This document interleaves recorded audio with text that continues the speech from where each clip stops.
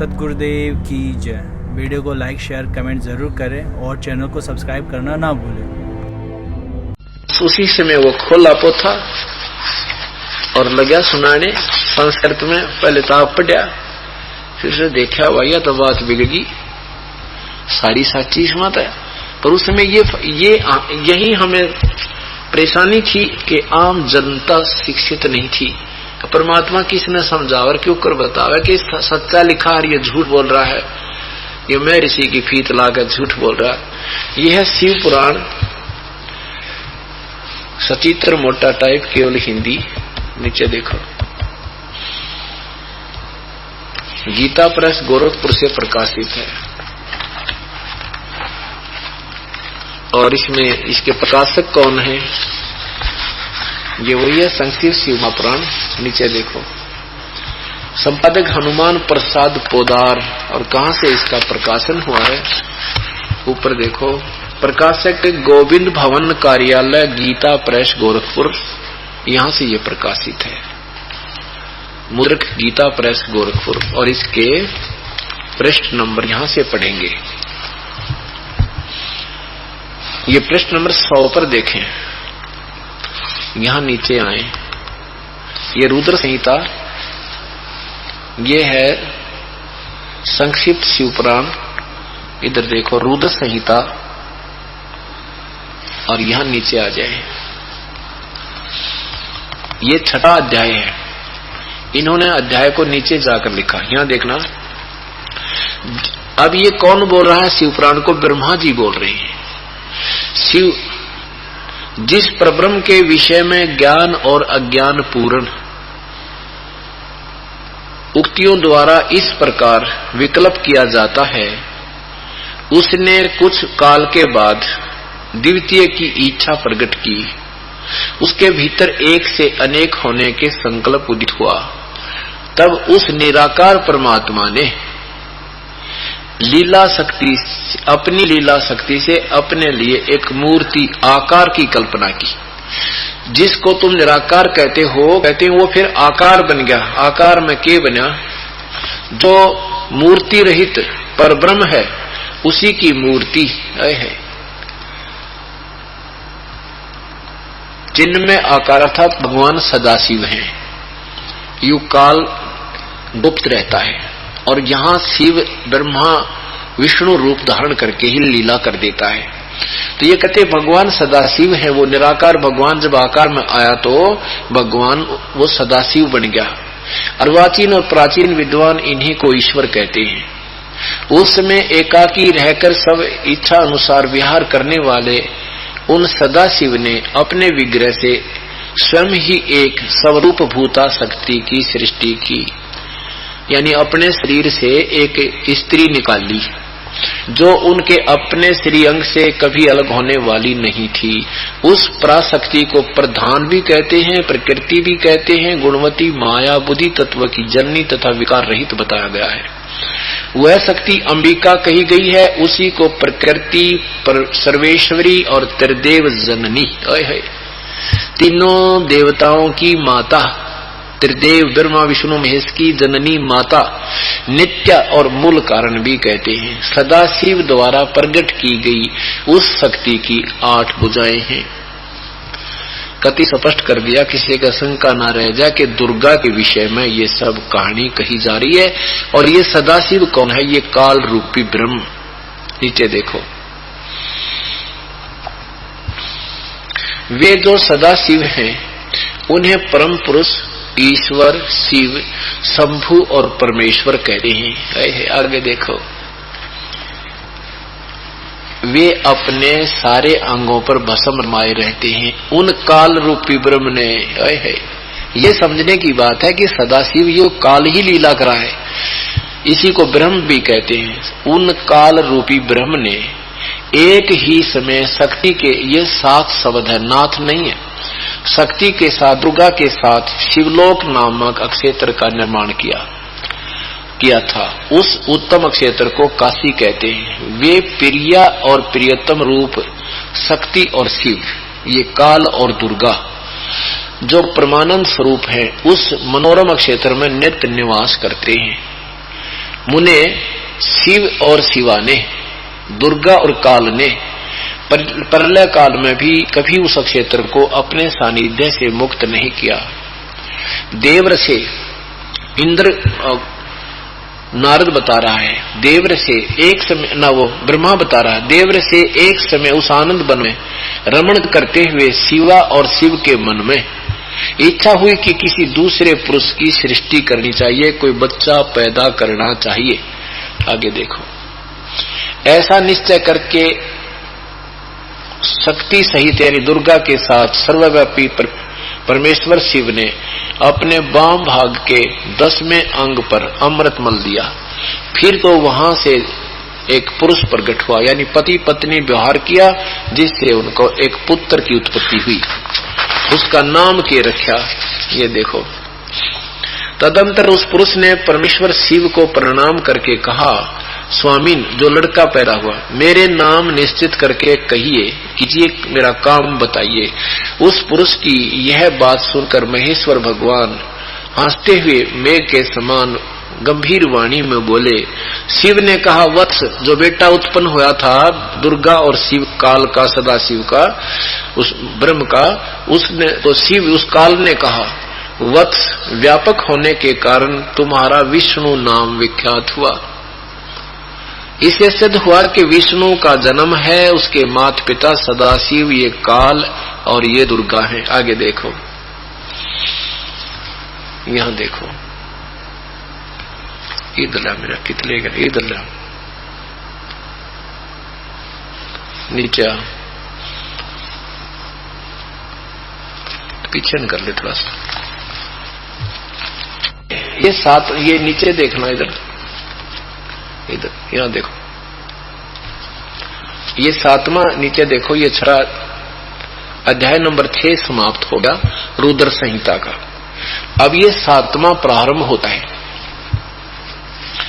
ब्रह्मा जी कहते हैं देवर से, ये मर्द को बता रहे हैं ब्रह्मा जी क्या कहते हैं, तत्पश्चात यानी विष्णु की उत्पत्ति के उपरांत मेरी भी उत्पत्ति इन्हीं दोनों से हुई। तत्पश्चात कल्याणकारी परमेश्वर शाम सदाशिव ने पूर्ववत प्रयत्न करके मुझे अपने दाहिने अंग से उत्पन्न किया। जैसे वो सदाशिव और जैसे विष्णु की उत्पत्ति हुई थी पूर्ववत, उसी तरह, और उन परमेश्वर ने मुझे तुरंत ही अपनी माया से मोहित करके नारायण देव की नाभि में डाल दिया और लीला पूर्वक वहां से प्रकट किया। इस प्रकार उस कमल से पुत्र के रूप में मुझ हिरण्यगर्भ का जन्म हुआ। मेरी 4 मुख हुए, शरीर की कांति लाल हुई, मेरे मस्तक त्रिपर्ण की रेखाएं अंकित थे।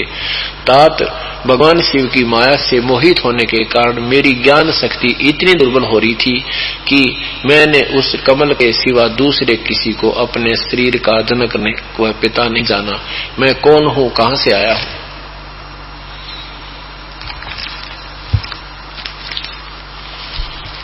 मैं किसका पुत्र होकर उत्पन्न हुआ हूँ, किसने इस समय मेरा निर्माण किया है। अब इससे क्या हो गया कि ब्रह्मा और विष्णु जी की उत्पत्ति सदा शिव अर्थात काल रूपी ब्रह्म और दुर्गा से प्रमाणित कर दी इस शिव महापुराण में। इसमें ये लेखक असमंजस में गिर गया कि शिव से शिव की उत्पत्ति कैसे लिखूं।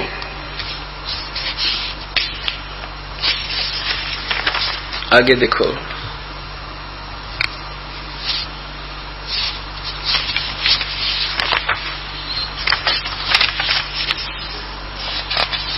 अब हम आपको थोड़ा हिंट ही देंगे, वैसे तो इसमें बहुत मसाला है।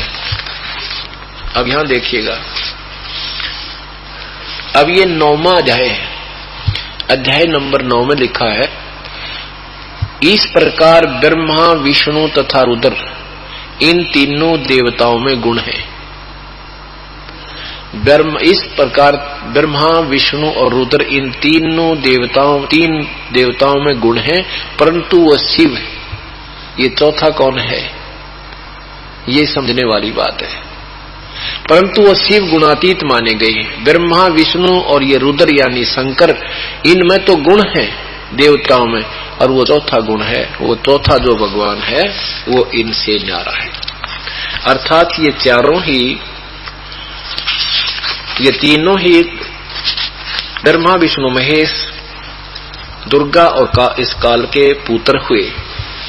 और अभी आपने पढ़ा था इस शिव पुराण में कि ये दुर्गा त्रिदेव जननी है, त्रिदेव जननी, तीनों देवताओं की मां। अब देवी भागवत महापुराण देखिएगा, इसमें कति स्पष्ट कर दिया। हे भगवान, कहते एक ब्रह्मा और देखा, एक विष्णु और देखा, एक शिव जी और देखा। वो शिव जी कौन है, एक और जो देखा वही ये चार यहाँ आपके सामने आए हैं, यही वेद वहां दिया जाएगा। ये क्लियर कर देगी, बिल्कुल स्पष्ट करेगी।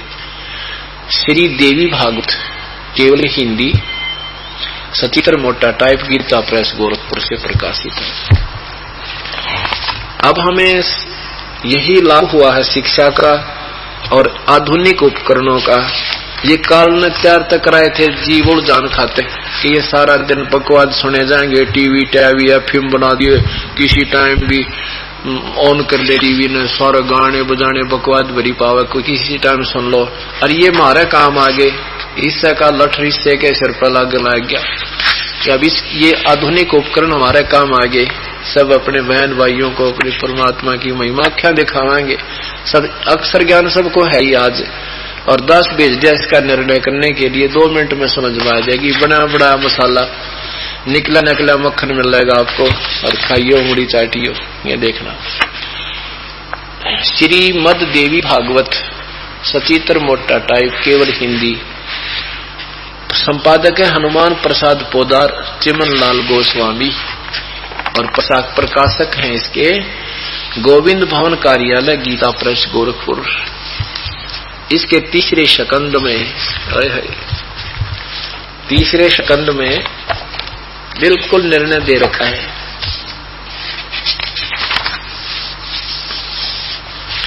जन्म जे पूछ रहे हैं व्यास जी से, और फिर व्यास जी बता रहे हैं कि मैंने भी नारद जी से पूछा था। नारद जी ने बताया कि मैंने जो अपने पिता ब्रह्मा से पूछा था वो ज्ञान तुम्हें बताते हैं। यहां देखना,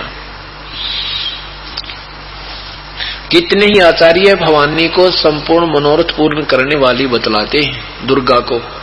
वे आदि माया महाशक्ति एवं परम पुरुष के साथ रहकर कार्य संपादन करने वाली प्रकृति है। प्रकृति, ये प्रकृति शब्द याद रखना कि दुर्गा को कहते हैं। ये आपको गीता जी को समझते समय 14वें अध्याय में काम आएगा, तीसरे और चौथे 5वें मंत्र में। प्रकृति माने दुर्गा, प्रकृति का अर्थ समझो ये दुर्गा है, बस इतना सा समझकर हमने चलना पड़ेगा।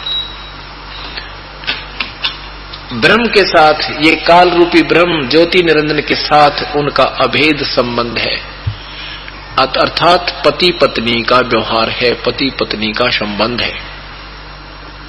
नीचे देखें, यहां देखें,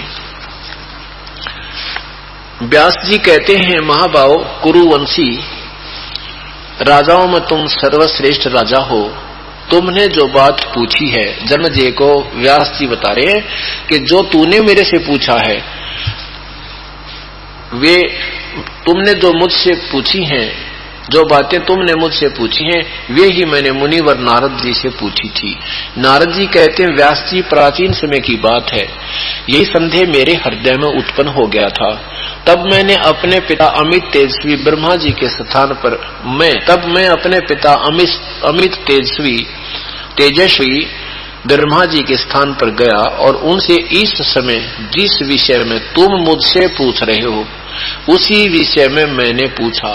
मैंने कहा पिताजी, यह संपूर्ण ब्रह्मांड कहां से उत्पन्न हुआ? विभो, आपने सम्यक प्रकार से इसकी रचना की है, अथवा विष्णु जी इसके रचयिता हैं, या शंकर ने इसकी सृष्टि की है। जगत प्रभो, आप विश्व की आत्मा हैं, सच्ची बात बताने की कृपा करें। ब्रह्मा जी को पता है कि इनको ज्ञान तो पूरा है नहीं, और जब ज्ञान नहीं पूरा है तो गपोड़ भी पेल सकते हैं। तो कहते हैं सच्ची बात बताइए पिताजी, झूठ ना बोलिए। ब्रह्मा जी कहते हैं बेटा नारद, बेटा मैं इस प्रश्न का क्या उत्तर दूं, ये बड़ा ही जटिल प्रश्न है। नीचे देखो, पूर्व काल में सर्वत्र जल ही जल था, शठार जंगम जितने प्राणी हैं इनमें कोई भी नहीं थे। तब कमल से मेरी उत्पत्ति हुई। उस समय सूर्य चंद्रमा वृक्ष पर्वत आदि कोई भी दृष्टि गोचर नहीं हो रहे थे, कोई भी दिखाई नहीं दे पड़े। मैं कमल की कणका पर बैठकर विचार करने लगा, इस अगाध जल में मैं कैसे उत्पन्न हो गया, कौन मेरा रक्षक है, तथा इस प्रलय काल में सृष्टि एवं संहार करने वाले कौन विशिष्ट पुरुष हैं। कहीं भी स्पष्ट रूप से भूमि भी नहीं दिखती जिस पर यह जल टिका हुआ है। यह कमल कैसे उत्पन्न हो गया, नीचे देखो। यों विचार करके मैं जल में उतरा।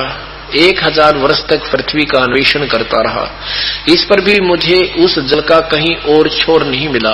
इतने में आकाशवाणी हुई, तप करो तप करो। तब मैंने तपस्या आरंभ कर दी।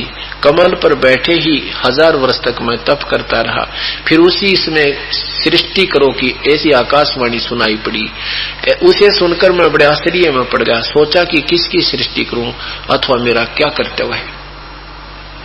उसी समय मधु और कैटब नाम के 2 भयंकर दानव सामने आ गए।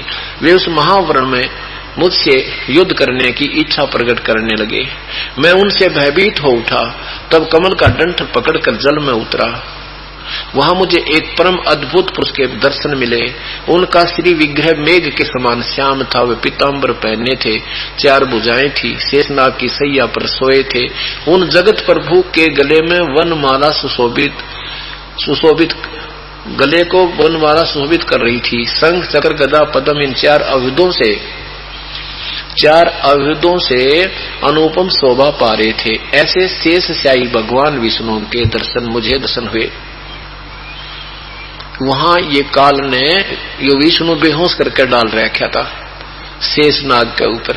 वे योग निद्रा में वसीभूत होकर गाढ़ी नींद में सोए हुए थे। उनकी सारी चेष्टा शांत थी। नारद जी शेषनाग की सैया पर सोए उन प्रभु को देखकर मेरा मन चिंतित हो उठा।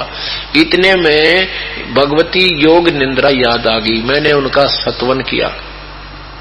तब वो कल्याणमयी भगवती श्री विष्णु के विग्रह से ये दुर्गा अन्य रूप बना के और विष्णु जी के शरीर में प्रवेश करके इसको बेहोश कर रही थी भूतनी की तरह। और यहाँ स्पष्ट लिखा है कि विष्णु के विग्रह से निकलकर तब वे कल्याणमयी भगवती श्री विष्णु के विग्रह से निकलकर अत्यंत रूप धारण करके आकाश में विराजमान हो गई। जो अब भूतनी निकली तो विष्णु जी औंस में आ गए। दिव्य आभूषण उनकी छवि बढ़ा रहे थे। ऊपर दुर्गा दिख रही थी, वो भूतनी निकली उसमें विष्णु जी मत है। उसके सारे वाभूषण भी दिखे थे, गहने गुणे पैर रखे थे, वह स्पष्ट दिखाई देती। जब योग निद्रा भगवान विष्णु के शरीर से अलग होकर आकाश में विराजने लगी, तब तुरंत ही श्री हरि उठ बैठे। भूतनी निकलते हैं होश में आगे। जैसे आप देखते हो यहाँ पर जब तो भूत बड़े रहे हैं, बाण बेटी बाई पड़े रहे ऐसे टक्कर मारते रहते हैं, वो भाग जाती है तो होश मार कर ठीक ठाक बैठ जाते हैं। अब यही हालत इन भगवाना की काल ने कर रखी है। जिसको हम पूजा के दिन को हम पूजा करते थे, वो स्वयं ही असहाय हैं, काल के विवश हैं, काल के वश पड़े हैं। उन्हें मधु और कैटब के साथ तुरंत ही श्री हरि उठ बैठे। उन्होंने मधु और कैटब के साथ 5000 वर्ष तक बड़ी घमासान लड़ाई की। तब वे दैत्य मरे भी क्योंकि भगवान विष्णु से 5000 वर्ष तक 2 राक्षस नहीं मर पाए। समर्थता का यहीं पर पता लगता है। और मरे भी कैसे? पहले देवी के कटाक्ष से मधु और कैटब मोहित हो गए थे। दुर्गा नीचे न आई, सुंदर लड़की का रूप बनाया, वो दुष्ट आत्मा उसको तरफ बुरी नजर से देखने लगे। इसके बाद भगवान विष्णु ने गोद में लिटाकर उन्हें प्राणों से रहित कर दिया। अब दुर्गा ने सहयोग दिया जब विष्णु उनको मार पाया। अब वहां मैं, ब्रह्मा और भगवान विष्णु 2 थे। वहीं पर ये शंकर भी, रुद्र भी प्रकट हो गया। हम तीनों को भगवती अध्याशक्ति के दर्शन हुए। उन्हें देखकर मनमुग्ध हो गया। हमने उनकी उत्तम स्तुति की। तब वे आदि शक्ति हम लोगों से कहने लगी। देवी ने कहा, ब्रह्मा विष्णु और महेश्वर, तुम भली भांति सावधान होकर अपने अपने कार्य में संलग्न हो जाओ। सृष्टि, सतिथि और संहार ये तुम्हारे कार्य हैं। ब्रह्मा जी कहते हैं भगवती अध्याशक्ति की वह वाणी बड़ी मधुर एवं सुखप्रद थी। हमने वह स्पष्ट सुनी। हम लोगों ने उनसे कहा, माता, हम किस प्रकार इन प्रजाओं के सृजन आदि कार्य में करने में सफल हों। विस्तृत भूमि का अभाव है, सभी स्थान जलमग्न है। हमारी बात सुनकर उन कल्याण स्वरूपिणी भगवती का मुखमंडल मुस्कान से भर गया। इतने में एक सुंदर विमान आकाश से उतर आया। तब उन देवी ने हमें आज्ञा दी, देवताओं निर्भीक होकर इच्छा पूर्वक इस विमान में प्रवेश कर जाओ। ब्रह्मा, विष्णु और रुद्र, आज मैं तुम्हें एक अद्भुत दृश्य दिखलाती हूँ। हमने भगवती की बात सुनकर उसे शिरोधार्य कर लिया। उस रतन जड़ित विमान पर चढ़कर हम लोग आराम से बैठ गए। यहाँ देखो, हम तीनों देवताओं को उस पर बैठा देखकर देवी ने अपने सामर्थ्य से विमान को आकाश में उड़ा दिया। अपनी शक्ति दुर्गा ने आकाश में विमान उड़ा दिया। ब्रह्मा जी कहते हैं, मन के समान तीव्र गति से चलने वाला वह विमान जिस अपरिचित स्थान पर गया, वहां संपूर्ण फलों से लदे हुए अनेक सुंदर वृक्ष थे। नीचे देखो, अक्षण भर के बाद वह दूसरे सुंदर प्रदेश में पहुंच गया। देखा तो वहीं महाभाग इंद्र भी थे। उनके समीप उनकी प्राण प्रिय सची विद्यमान थी। उनके स्वर्ग सदृश को देखकर हम आश्चर्य में पड़ गए। अब वहां महास्वर्ग में चले गए। वहां पर एक और विष्णु था, एक और ब्रह्मा था, शिव जी था, इंद्र था। हम आश्चर्यचकित हो गए। नीचे देखो, इतने में हमारा विमान तेजी से चल पड़ा और वह दिव्य धाम ब्रह्मलोक में जा पहुंचा। वहां एक दूसरे ब्रह्मा विराजमान थे। एक ब्रह्मा विष्णु, एक ब्रह्मा एक विष्णु एक शिव तो विमान में बैठे। आगे फिर ब्रह्मलोक में कौन देखे, वहां एक दूसरे ब्रह्मा विराजमान थे। उन्हें देखकर भगवान शंकर और विष्णु को बड़ा आश्चर्य हुआ। भगवान शंकर और विष्णु ने मुझसे पूछा, चतुरानन, ये अविनाशी ब्रह्मा कौन है? मैंने उत्तर दिया, मुझे कुछ पता नहीं। सृष्टि के अधिष्ठता ये कौन है? भगवान, मैं कौन हूँ, ये कौन है और हमारा क्या उद्देश्य है? इस उलझन में मेरा मन चक्कर काट रहा है। जब इन ब्रह्मा विष्णु महेश ने न मेरा अपने बाप और माँ के विषय में इनको उलझाए बैठे, तो आम जीव को कैसे रास्ता देंगे? ये सोचना भाइयों। यहाँ देखना, वहां बहुत से, इतने में मन के समान तीव्रगामी वह विमान तुरंत वहां से चल पड़ा और कैलाश के सुर में शिखर पर जा पहुंचा। वहां विमान के पहुंचते ही वो भगवान शंकर निकले। वहां विमान के पहुंचते ही एक भव्य भवन से त्रिनेत्रधारी भगवान शंकर निकले। वे नंदी वृषभ पर बैठे थे।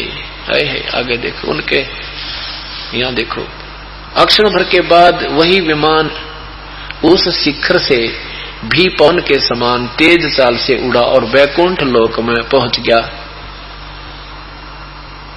वहां भगवती लक्ष्मी का विलास भवन था। बेटा नारद, वहां मैंने जो संपत्ति देखी उसका वर्णन करना मेरे लिए असंभव है। उस उत्तम पुरी को देखकर विष्णु का मन, जो हमारे साथ विष्णु बैठा था विमान में, आश्चर्य के समुद्र में गोते खाने लगा। वहां कमल लोचन श्री हरि विराजमान थे। एक विष्णु और बैठा था। अलसी के फूल के समान उनके श्री विग्रह यानी शरीर की कांति थी। पीतांबर पहने थे, 4 भुजाएं थी। पक्षी राज गरुड़ पर विराजमान थे। इतने में ही पवन से बातें करता हुआ वह विमान तुरंत उड़ गया। आगे अमृत के समान मीठे जल वाला समुद्र था मिला। उसका जल बड़ा ही मधुर था। जोर जोर से तरंगे उठ रही थी। वहीं एक मनोहर द्वीप था, एक नारा टापू सा था। नीचे देखो, उसी द्वीप में एक मंगल में मनोहर पलंग बिछा था। उस उत्तम पलंग पर एक दिव्य रमणी बैठी थी। अब दुर्गा ने वहां जाकर दूसरा रूप बना लिया। उनके गले में लाल रंग की माला थी। लाल वस्त्र से श्री विग्रह सुशोभित था। लाल चंदन लगाए हुए थी। लाल लाल नेत्र थे। वे ऐसी प्रभावपूर्ण देवी थी मानो करोड़ों बिजलियां एक साथ चमक रही हों। अत्यंत सुंदर मुख था। लाल लाल दांत थे। करोड़ों लक्ष्मियों से भी अधिक वह अधिक सुंदर थी। यहाँ देखना, उन्हें देखकर हम सभी महान आश्चर्य में पड़ गए। हम कुछ समय तक वहीं ठहरे, आपस में कहने लगे, सुंदरी कौन है, इसका क्या नाम है? हम इसके विषय में बिल्कुल अनभिज्ञ हैं, नहीं जानते। नारद यों संदेहग्रस्त होकर हम लोग वहां रुके रहे। भगवान ब्रह्मा जी बता रहे हैं अपने बेटे नारद को। तब भगवान विष्णु ने उन चारों साहिनी भगवती को देखकर विवेक पूर्वक निश्चय कर लिया कि वे भगवती जगदम्बिका हैं। तब उन्होंने कहा कि ये भगवती हम सभी की आदि कारण है, महाअविद्या है, महाविद्या, महामाया इनके नाम है। ये पूर्ण प्रकृति है। प्रकृति दुर्गा को कहा जा रहा है। ये सर्वेश्वरी गर्भ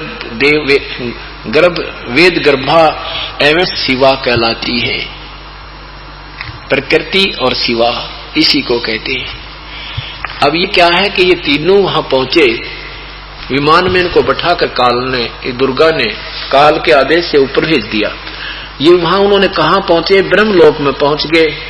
और वहां जाकर के इन्होंने क्या देखा, ये देखिएगा। ये कहां गए? एक ब्रह्मांड में, एक ब्रह्मांड का ही ब्रह्मा विष्णु महेश को पूरा ज्ञान नहीं है। और विद्वानों ऋषियों को, महर्षियों को तो होगा कहां से? ये एक ब्रह्मांड अंड का लघु चित्र यहां देखना, ये पूरा ब्रह्मांड है। अब यहां इस ब्रह्मलोक में पहले इनका विमान यहां पहुंचा, ये महास्वर्ग में। इससे फिर ये कहां पहुंचे, इधर दिखाते हैं आपको। ये वही ब्रह्मांड का, ये सबसे पहले यहां पहुंचे और इसके बाद ये इसमें पहुंचे इंद्र महाद्वीप। इंद्र में, इंद्र का द्वीप है ये महास्वर्ग में। इंद्र देखा, एक और देवी देखी, इंद्र की पत्नी देखी। फिर वापस विमान यहां से आए। फिर यहां से चलकर ये विमान एक और गुप्त स्थान है इस काल का, जहां पर इसने 3 अक्षेत्र बना रखे हैं, एक रजोगुण प्रधान, एक तमोगुण प्रधान, एक सतोगुण प्रधान। अब यहां आ जाते हैं। ये सबसे पहले ब्रह्मा लोक, वहां काल जो महाब्रह्मा रूप में रहता है और अपनी पत्नी दुर्गा को मां सावित्री रूप में रखता है। यहां देखा एक ब्रह्मा, और थोड़ा पीछे करो बस। ये यहां पहुंचे। इसके बाद ये यहां पहुंचे, विष्णु जी का एक और लोक देखा, ये शिव जी के लोक में पहुंचे। वहां एक शिव और देखा। फिर यहां पहुंचे, ये एक विष्णु और देखा, साथ में लक्ष्मी देखी। ये सतोगुण प्रधान क्षेत्र है जहां ये काल महाविष्णु रूप में रहता है। यहाँ ये स्वयं काल ही महाशिव रूप में, सदाशिव रूप में यहाँ रहता है। अपनी पत्नी को भी साथ रखता, दुर्गा को अन्य रूप ना के। और ये रजोगुण प्रधान क्षेत्र है, ये स्वयं यहाँ रहता है। तो इन्होंने ये सब देखा, एक ब्रह्मा, एक शिव, एक विष्णु और देखा। ये काल ने ही अपने अन्य रूप स्थान स्थान पर बना लिए। जो ही इनका विमान यहाँ पहुंचा तो इस रूप में प्रकट हो गया, जब यहाँ पहुंचा तो इस रूप में, जब यहाँ पहुंचा ये विष्णु रूप में। फिर ये इस दुर्गा के लोक में आ गए। अब यहाँ आने के बाद ये क्या सोच रहे हैं कि इस दुर्गा को, माई को हमने नहीं देखा कभी, कौन है? विष्णु जी को फिर काल ने चेतना प्रदान कर दी, वो बचपन की याद आ गई। तब उसको वो चेतना आई पिछले अपने छोटे जीवन में, क्योंकि काल ने क्या किया था दुर्गा के द्वारा, इनको बेहोश करवा दिया था। जन्म जब ये थोड़े से बालक से थे, थोड़ा देखने जब थोड़े बहुत समझने योग्य हुए, तभी इनको बेहोश करवा दिया। तो अब विष्णु जी को याद आई, हो ये तो अपनी माँ है, ये मुझे पालने में झुलाया करती और लोरी दे दे मुझे गाने सुनाया करती, ये तो अपनी माँ है।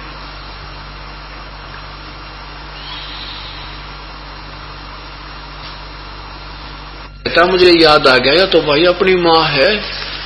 ये देखो वही गीता देवी भागवत नीचे आई है 120 पृष्ठ पे।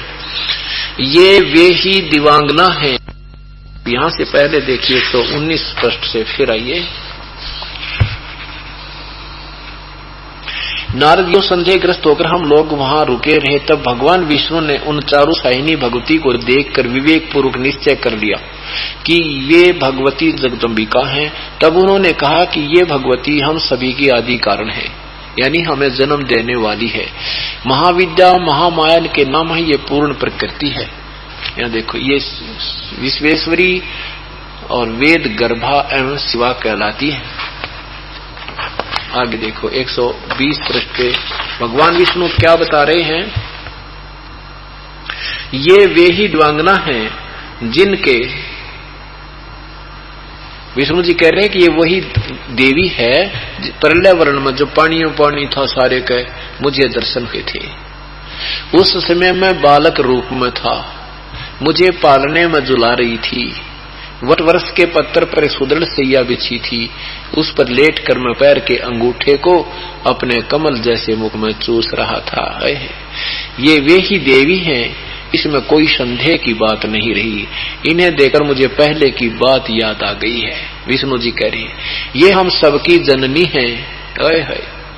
इनके विषय में मेरी जितनी भी जानकारी है तथा मैं कुछ अनुभव कर चुका हूँ वह कहता हूँ, सुनो। आगे देखो क्या कहा इसने, स्तुति की विष्णु ने अपनी माँ की 123 नंबर पृष्ठ पे, 123 नंबर पृष्ठ पे नीचे लिखो, तुम शुद्ध स्वरूपा हो। दुर्गा की स्तुति करते हैं तीनों खड़े होकर। विष्णु जी कह रहे तुम शुद्ध स्वरूपा हो, यह संसार तुम्ही से उद्भासित हो रहा है। मैं ब्रह्मा और शंकर, मैं विष्णु, ब्रह्मा और शंकर हम सभी तुम्हारी कृपा से विद्यमान हैं। हमारा आविर्भाव और तिरोभाव हुआ करता है। केवल तुम ही नित्य हो, जगत जननी हो, प्रकृति और सनातनी देवी हो। विष्णु जी कह रहे हैं कि मैं ब्रह्मा और शंकर सभी तुम्हारी कृपा से विद्यमान है। हमारा तो आविर्भाव माने जन्म और तिरोभाव माने मृत्यु होता है। हमारा तो जन्म और मृत्यु होता है, केवल तुम ही नित्य हो, जगत जननी हो और प्रकृति और सनातनी देवी हो। भगवान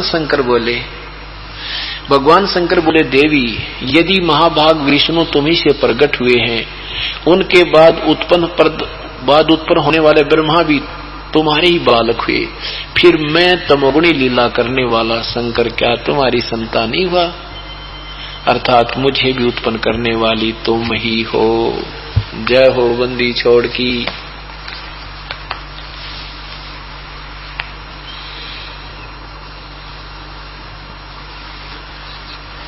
अब परमात्मा सर्वानंद से कह रहे हैं कि और पढ़, रुका क्यों है, और पढ़।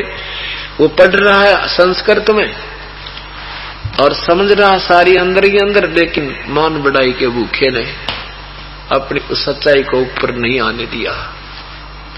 परमात्मा ने कहा कि और निकाल ले, तो सारे पोथे साथ ले रहा है, गीता जी और निकाल ले। गीता जी के अध्याय नंबर 14 के मंत्र 3, 4, 5 में पढ़ के सुना दे। सच्ची आत्मा था परमात्मा को साक्षी रख के, लेकिन वेदों और गीता तक सीमित जो प्राणी हैं उनको पूर्ण ज्ञान नहीं है। और पूर्ण ज्ञान जिसके पास नहीं है तो वो कहीं ना कहीं घिर जाता है, और जब वो गिर जाता है तो झूठ का सहारा लेना उसकी व्यवस्था हो जाती है। श्रीमद् भगवत गीता गीता प्रेस कुरुख से प्रकाशित है, और देखना ये है अध्याय नंबर 14 और 3, 4, 5 ये देखना। इधर तीसरे मंत्र में क्या कहा, ये काल के कह रहा है। गीता बोलने वाला भगवान कहता है कि हे अर्जुन, मेरी महत ब्रह्म, ये महत ब्रह्म रूप मूल प्रकृति, यह मेरी ब्रह्म यानी मूल प्रकृति, तो ये वैसे माम ब्रह्म है, माम ब्रह्म लिखना था नहीं, देखो ऊपर मूल संस्कृत, ये मम योनि महत ब्रह्म, ये संस्कृत उलट सुलट जुड़ा करे। मम ब्रह्म, मुझ ब्रह्म की, यह महत माने प्रकृति, इसका ये अर्थ बनता है। चलो हे अर्जुन, मेरी इन्हीं के हिसाब चलते हैं। महत ब्रह्म रूप मूल प्रकृति सभी प्राणियों की, भूतों की योनि अर्थात गर्भदान स्थान है, और मैं अहम ब्रह्म, मैं ब्रह्म, तस्मीन माने उसकी योनि में चेतन समुदाय गर्भ को स्थापन करता हूं। ततः माने उससे, ततः माने उससे होता है, उस जड़ चेतन के नहीं, उस के संयोग से सर्वभूतानाम सभी प्राणियों की, भूतों की उत्पत्ति होती है। चौथे में क्या कहा है, चौथे में कहा है कि हे अर्जुन, नाना प्रकार के सब योनियों में प्राणी, जितने भी मूर्तियां शरीरधारी प्राणी उत्पन्न होते हैं, या प्रकृति है दुर्गा। प्रकृति तो उन सब की गर्भ धारण करने वाली माता है, मैं बीज स्थापन करने वाला पिता हूं। ब्रह्म बोल रहा है गीता जी को, सदाशिव काल बोल रहा है। आगे देखो, पांचवें मंत्र में 14वें अध्याय के 5वें श्लोक में कहा है कि ये हे अर्जुन, सतगुण, रजगुण और तमगुण, सतगुण विष्णु, रजगुण ब्रह्मा, तमगुण शिवजी, ये तीनों प्रकृति संभवा, प्रकृति से उत्पन्न है, दुर्गा से उत्पन्न होने वाले तीनों गुण, तीनों भगवान अविनाशी जीव आत्मा को शरीर में बांधते हैं। यही कर्मों के आधार पर तथा यहाँ उत्पत्ति, स्थिति और संहार के चक्कर में डाले रखते हैं। बताओ के का चीज छोड़ दी भगवान ने? सब कुछ बता दिया कि दुर्गा की माँ है, दुर्गा या प्रकृति को दुर्गा कहते हैं, और ये प्रगट प्रमाण दे दिया, प्रत्यक्ष दे दिया। अब सर्वानंद मटर मटर देखा है, अब बात तो सारी साची, पर कौन इन जो श्रोता है न किसी को पता नहीं अक्षर ज्ञान का। कहने लगा झूठ बोलता है, झूठ बोलता है, सारा कुछ देख के भी नहीं बता, झूठ बोलता है। ये क्या जाने शास्त्रों के बारे में, अक्षर ज्ञान का पता नहीं, मात्राओं का ज्ञान नहीं, हदंतों का ज्ञान नहीं, निगुट्टू नहीं पढ़े, निगुट्टू फूकने हमने भगवान पढ़ लिया, सारा कुछ जान लिया हमने। निगुट्टू निकट्टू तो तम हो ही न पढ़ गए, निकट्टू हो गए, निकट्टुआ पढ़ गए। हम तो वो ज्ञान पढ़ेंगे अमृत परमात्मा, सिंपल लैंग्वेज दे रखी। अब सर्वानंद कहता है नहीं, झूठ बोलता है, झूठ बोलता है। अब वो सारा पढ़ लिया, वो नहीं बोला, फिर और सुनानी शुरू कर दी। कोई गद्दा है, किसी वेद का ठाक है, डटा नहीं डटा, बोलेगा संस्कृत, बोलता रहा, बोलता रहा। अब वो श्रोता बैठे थे, कबीर साहब चुप हो गए के बोला, नाड़ी के साथ में आख्या देखी ना मानता, ये शास्त्रार्थ के करे जलम आदमी थे। अब सब श्रोता जब वो संस्कृत बोल रहा था ना, सब पीड़ित है, सब श्रोता वो अनपढ़ अशिक्षित जुलाहे लोग ढाणकों ने, और ताड़ी पीट दी, वाह सर्वानंद, वाह सर्वानंद, वाह सर्वानंद। अब उनके ताड़ी पीटन थे जिन्हें क्या ज्ञान नहीं था, सर्वानंद विजयी हो गया। ये नो शास्त्रार्थ होया करते हैं। एक झलक दिखाता हूं महर्षि दयानंद के साथ शास्त्रार्थ की। इन डांगरा निशा नाश कर रखा है भगवान। अब कहां तक कहां समझावे, कित तैने खोदे हुए खड़े कहां तक आटा इंसान है परमात्मा। आपको दिखाते एक झलक शास्त्रार्थ कैसे होते थे महर्षि दयानंद का और एक पंडित का। ये भी पांडा था, महर्षि दयानंद भी पांडा था।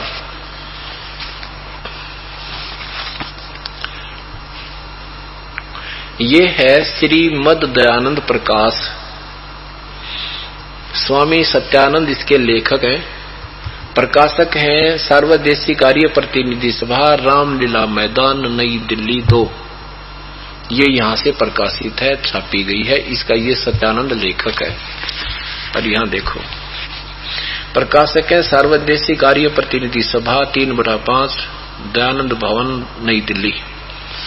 और इनके लेखक है, लेखक आपने ये देख ही लिया यहाँ पर, ये है लेखक है स्वामी सत्यानंद जी, और प्रकाशक नीचे आप देखिए वही है, आर्य प्रतिनिधि सभा, 3/5, महर्षि दयानंद भवन, दिल्ली, नई दिल्ली। इसके 89 पृष्ठ पे शास्त्रार्थ की एक झलक दिखाते हैं। 89 पृष्ठ पे गंगा कांड में यहां देखिए क्या लिखा है कि 3 दिन तक प्रतिसाय कृष्णानंद जी और स्वामी जी का शास्त्रार्थ होता रहा। एक दिन एक कृष्णानंद नाम ब्राह्मण था उसके साथ, और इस दयानंद जी का शास्त्रार्थ होया। शास्त्रार्थ के समय किसी ने कृष्णानंद जी से कहा, महाराज महादेव पर जल चढ़ा आऊं। स्वामी जी ने बीच में कह दिया कि वहां तो पत्थर है, यहां तो पत्थर है, महादेव नहीं है। इससे चिढ़कर कृष्णानंद जी ने साकारवाद का अवलंबन किया और इसी पर शास्त्रार्थ चलाया।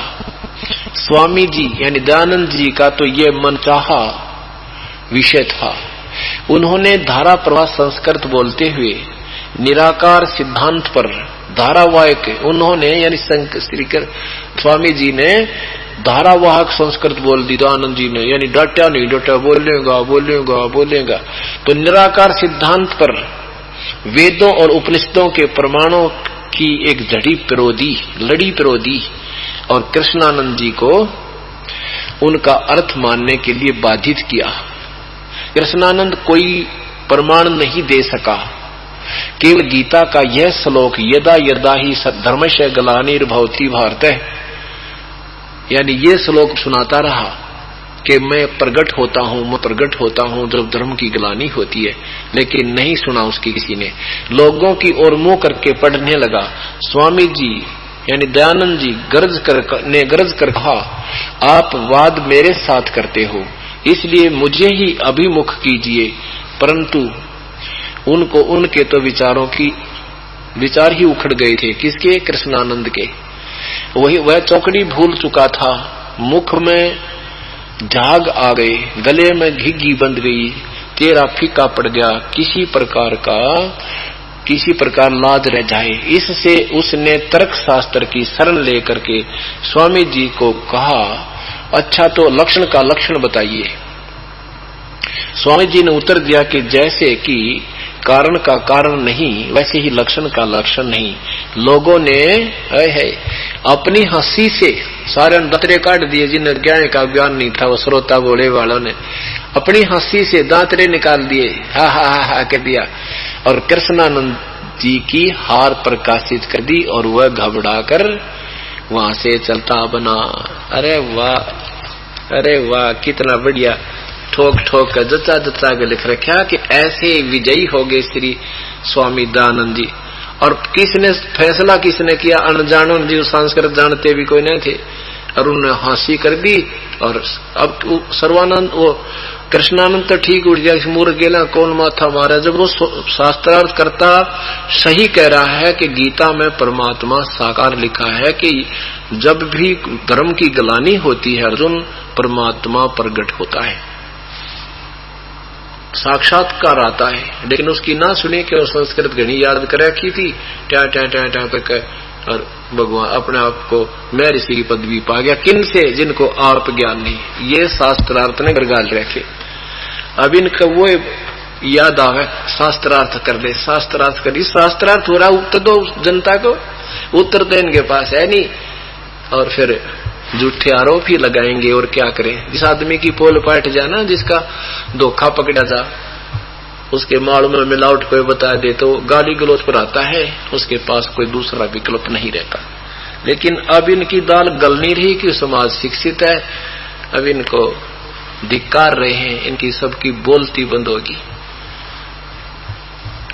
अब इस प्रकार ऐसे ही सर्वानंद जी की विजय घोषित कर दी उन अशिक्षित जुलाहों ने, और हंसी करके ताड़ी पीट कर जय जयकार लगा दी। सर्वानंद जीत गया और कबीर साहब हार गए।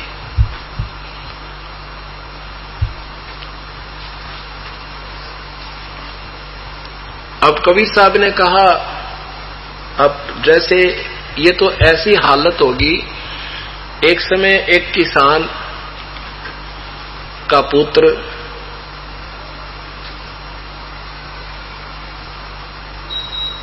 शिक्षा ग्रहण कर रहा था और उसने अंग्रेजी में एक तो सिक लीव होती है अंग्रेजी में छुट्टी के लिए प्रार्थना पत्र, वो गोल्ड रखा था। और एक माई बेस्ट फ्रेंड का ऐसे यानी प्रस्ताव गोल्ड रखा था। एक दिन पिता पुत्र रविवार के दिन बैलगाड़ी लेकर के जा रहे थे। सामने से एक अंग्रेज आ गया, उसने हाथ का संकेत किया, गाड़ी में कार में बैठा था। नीचे उतर कर उनसे अंग्रेजी में पूछने लगा मैंने उस गांव जाना है, मेरा रास्ता ये ठीक है या मैं गलत जा रहा हूं, कृपया मुझे बताइए। अब वो जमींदार किसान कहने लगा अपने बेटे से कि बेटा तू भी तो अंग्रेजी बोला करे, तै भी तो अंग्रेजी जानता है, और ये अंग्रेज के अपने आप में विद्वान सिद्ध करना चाहता है। आज काट देश की मरोड़, सुना दे अंग्रेजी के, हम भी अंग्रेजी जानते। लड़का खड़ा हो गया उस पर गाड़ी पे और कहने लगा वह छुट्टी के लिए प्रार्थना पत्र अंग्रेजी में सुना दिया। I beg to say that I cannot come to school. Please grant me, I am ill today. Please grant me one day leave. Your faithfully, अपना नाम बता दिया। अब उस अंग्रेज ने सोचा, देख बुद्धू पूछ रहा हूं रास्ता बत सुना, बस छुट्टी का प्रार्थना पत्र है। निकम्मा माथे में हाथ मार के अपनी गाड़ी में बैठकर चल पड़ा। अब किसान ने अपने बेटे की कड़ थपथपाई, वाह बेटा आज तेरी इज्जत राख दी, हरा दिया ना अंग्रेजी बोल के। तब बेटा बोला पिताजी के है वो तो माई बेस्ट फ्रेंड, और याद था जो गाड़ी छोड़ेगा भाग जाओ, जब वो सुना दूं होता है। तो ऐसे ये शास्त्रार्थ करा करते थे। प्रश्न कुछ है, उत्तर क्या दे रहा है। परमात्मा ने दो बात पूछी थी, कौन ब्रह्मा का पिता है, कौन विष्णु की मां, शिवजी का दादा कौन, हमने दे बता। उत्तर था ही नहीं, फिर ट्या ट्या करें और क्या करें। कहीं का रोड़ा कर दिया शुरू। और ये स्वयं स्वीकार करते हम तो नासवान है, हमारा जन्म और मृत्यु होता है, और अभी तक इनको मृत्युंजय, कालज्य, सर्वज्ञ, सर्वशक्तिमान, सारी सृष्टि के रचनहार, और फिर तीन लोग के भगवान, इन्हें भी बताएं।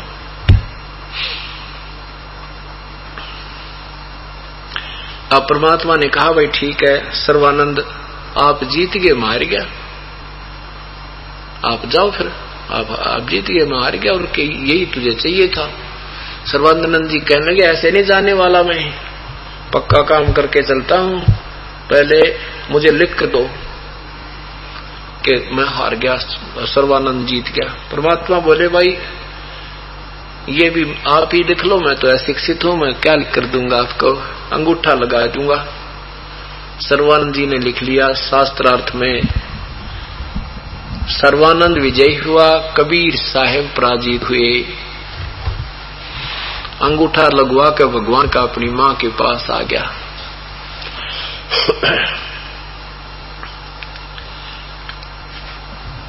अब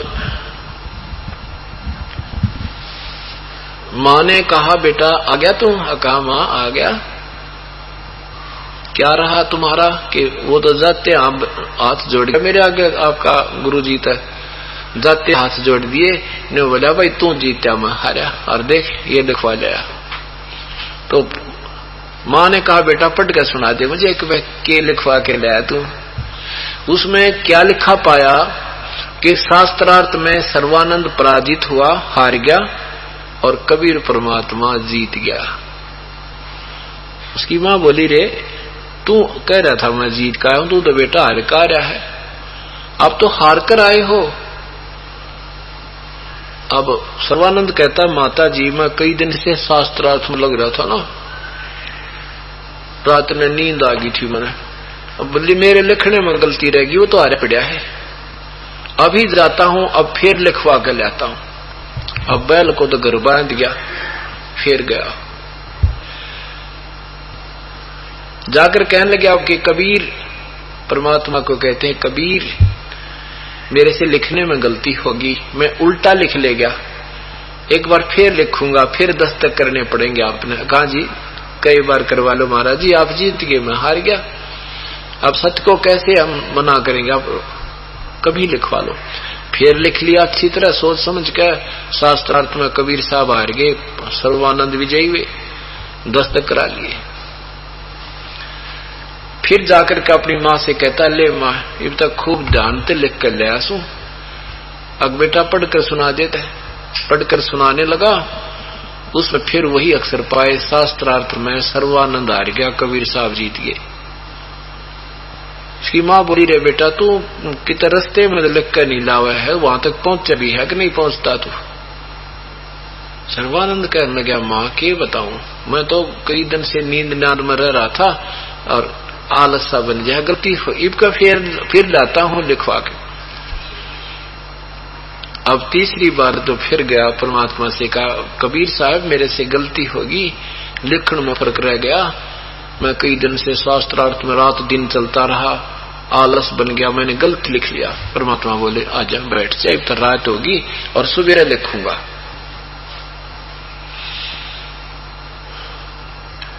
अब तो विश्राम करो, सवेरे लिख दूंगा।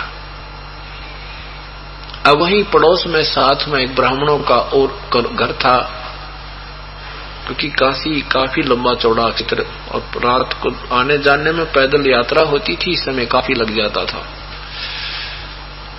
अब पहले मैं आपको कथा सुनाता था, ये थोड़ा टॉपिक छोड़ देता था क्योंकि लंबा बन जाता था, इसलिए अब मूल उद्देश्य को लेते थे। आज वो टॉपिक सुनाना चाहता हूं। परमात्मा ने कहा कि सवेरे लिख देंगे, ऐसी के जल्दी होगी। अच्छा ने सवेरे लिख दियो, देर होगी तय। वो रात ने फिर कहा, परमात्मा ने कहा कि आज तो आप आए हो और इन श्रोताओं को सत्संग सुना दो, आप अपने अमृत वचन सुना दो। अब वो सर्वानंद ने तो अपने सत्संग सुनाया। क्या कहता है कि अंत समय में जो परमात्मा का ध्यान करता हुआ, उसका नाम लेता हुआ शरीर छोड़ता है, वो प्राणी परमात्मा को प्राप्त होता है, स्वर्ग में जाता है। अंत समय में जो परमात्मा का जाप नहीं करता है, वो नरक भागी होता है। इस तरह के टॉपिक छेड़ छेड़ का अपना सत्संग सुनाया। फिर वो अपने साथी ब्राह्मण के घर जाकर विश्राम किया, और जिस ब्राह्मण के घर पे वो रुका, उस ब्राह्मण का लड़का परमात्मा से उपदेशी था। उस लड़के ने आकर सुबह बताया परमेश्वर को कि परमात्मा, मेरे पिताजी ने और इस सर्वानंद ने रात ने तो मुर्गा खाया और शराब पी, दोनों वाले। परमात्मा बोले बेटा के बताओ मेरे, तो तू देखी ब्राह्मणा के लक्षण। पिता गुरुदेव ये तो कति कसाई है, मानस को ना वही और नरी झूठ बोल रहा है। परमात्मा मैं भी तो विद्या पढ़ा हुआ हूं, मैंने सारा देख लिया, वो जो आपने बताया कति ज्यों का त्यों है, पर ये मानन नहीं देते, ना मेरी सुनते। परमात्मा बोले कोई बात ना बेटा, इनकी करड़ाई बोल दे रही है, काल के ये अधीन है। अच्छा सवेरे सवेरे परमात्मा फिर गए कि उनके ब्राह्मण के घर पर पहुंच गए कि आजो सर्वानंद जी आओ घूमने चलते हैं, टट्टी पानी होकावांगे, घूम फिरावांगे, चर्चा करते चलेंगे भगवान की वहां तक। अब चलो तो चलो। सर्वानंद भी चल पड़ा, 10-20 और सेवक भी, ब्राह्मण भी साथ चल पड़े। अब क्या हुआ, सर्वानंद कबीर साहब भी थोड़ा सा आगे न चले गए। सर्वानंद एक झाड़ी की ओर में टट्टी होने लग गया। परमात्मा का है कि टट्टी होते हो तो मालिक थे, तुरंत ही 1 मिनट में वापस आ गए और सर्वानंद झाड़ी की ओट में बैठा। परमात्मा ने कहा सर्वानंद राम राम। सर्वानंद नहीं बोला। परमात्मा और निकट सी होकर बोले सर्वानंद राम राम। सर्वानंद ना बोले। तीसरी बार भी कहा सर्वानंद सुना नहीं, राम राम। सर्वानंद जी नहीं बोले। कबीर साहब आगे आकर गंगा के पास अपना हाथ पैर धोए बैठ गए। सर्वानंद आया, पहले हाथ धोए, फिर नहाया, नहा के फिर ने बोला और फिर लोटा मांझा, घुनी होती लोटा मांझा, को तीनों बुरी तरह ऊपर से चमका दिया लोटा उसमें। परमात्मा से कहने लगा सर्वानंद के कबीर तुझे कोई अकल दी है भगवान ने? परमात्मा बोले कि गलती होगी स्वामी जी मेरे तो, कि आपको पता नहीं कि मैं जंगल पानी जा रहा था और ऐसी स्थिति में राम का नाम अपवित्र हो जाता, मैं बोल थोड़ा ही सकता था। टट्टी होते हुए राम का नाम थोड़ा ही बोला जाता है, अपवित्र हो जाता। परमात्मा बोले है क्या कहते हैं भगवान के करनी तज कथनी कथ ये अज्ञानी दिन रात कुकर जो भोकत फिर ये सुनी सुनाई बात। परमात्मा ने कहा रात्रि के समय आप क्या सत्संग में वचन फरमा रहे थे कि अंत समय में जो राम का नाम भगवान का सिमरण करता हुआ शरीर छोड़ जाता है भगवान तो वो स्वर्ग जाता है, और जो भगवान का सिमरण नहीं करता अंत समय में वो नरक जाता है। और टट्टी होते समय तेरी जान निकल जा तो बेटा गया नरक में तू दे। बता परमात्मा की न्यू बाट देखेगा कि नोलन दे टट्टी फिर बाद में मारूंगा। श्वास तो गिन कर डाल रखे बेटा किरा कित सूत बैठ जा। अब सर्वानंद न्यू करे मटर मटर। परमात्मा से कहने बात बदल गया। ने बोला तेने लोटा नहीं मांझा, लोटा नहीं मांझा। परमात्मा बोले अकल के चोर। परमात्मा कहते हैं कि कहे कबीर सुनो भी साधो देखा ज्ञान का टोटा, जंगल जावे गुदातर मांझे लोटा। है बूरक कहीं के लोटे ने के कसूर कर रखा भाई, इसने लाग रहा गेसार तू। परमात्मा उठ कर चल पड़े। सर्वानंद और भी श्रोता साथ थे श्याम के, उसके प्रवचन सुनकर ना डलावे थे। तब वो नबी देखा रहा सचमुच तो उल्लू बोला कि मेरे कहे कुछ। उसकी बाद दौड़ भी कटवा दी भगवान ने, वहां उसकी पालिश भी उतरवा दी सिंपल लैंग्वेज में। तो संस्कृत तो वो नहीं जाने थे बोले बाढ़े आदमी। इस बात ने तो पकड़ गया रात ने तो न्यू कहा था भी अंत समय में जब श्वास भगवान नहीं बजा अंत समय में मर गया तो वो नरक जाता है। और टट्टी होते आना भाई 10-5 मिनट तो लगे जाकर जब मर जाता है फिर तो गया नरक में। तो परमात्मा कबीर साहब कहते हैं श्वास उश्वास में नाम जपो, श्वास उश्वास में नाम जपो, व्यर्था श्वास मत खो, ना बेरा इसे श्वास को हो, आवण हो कि न हो। नाम उठत नाम बैठत नाम सोत जागवे, नाम खाते नाम पीते नाम सेती लागवे। शास्त्र सिमरण करना खाना पीता किसी प्रकार भी विसर्जन कर रहे बाथरूम जा अपना भगवान ने सांस में सुमरण में याद रखा है। अब सर्वानंद बोला अब लिख कर दे दे मनोवार हो वैसे। परमात्मा बोले लिख लो। उसने फिर लिख लिया। शास्त्रार्थ में सर्वानंद विजयी हुआ और कबीर साहब हार गए। खूब 3-4 बार पढ़ के फिर अंगूठा लवाया, एक गवाह के भी दस्तक करा लिए। अब उसने सोची भाई यहां मैं ठीक लिख के ले जाता हूं और घर में जाते ही के बिजली गिरे, ये अक्सर उलट पुलट क्यों कर हो जाए। अब उसने देखा बाहर से पढ़ने लगा, गेट में प्रवेश करने तो पहले तो क्या पढ़ता है बिल्कुल सही लिखा है।